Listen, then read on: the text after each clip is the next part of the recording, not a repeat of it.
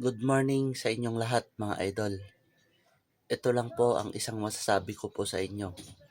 Sa mga kagaya kong nag-field na po sa unang mga pangarap natin na gusto nating abutin is huwag tayong mawalan ng pag-asa kasi may mga panibagong darating sa ating buhay mga idol.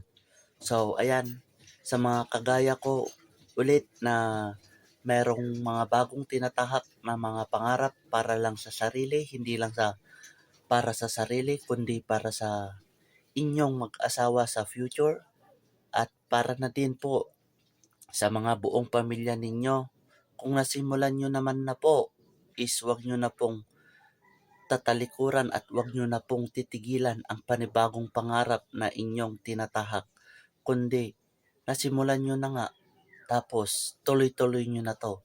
Kahit man na maraming hadlang, kahit na maraming mang harang ang gawin nyo mga idol, tuloy-tuloy lang, magtiwala lang kayo sa inyong mga sarili at balang araw, yung mga taong harang at nang di-discourage sa atin is magugulat na lang po sila at makakamit na po natin ang mga pangarap natin na ating tinatahak ngayon. Kaya tuloy lang natin, laban lang, tiyaga lang at matutupad rin nating lahat mga idol. God bless po sa inyong lahat at good morning.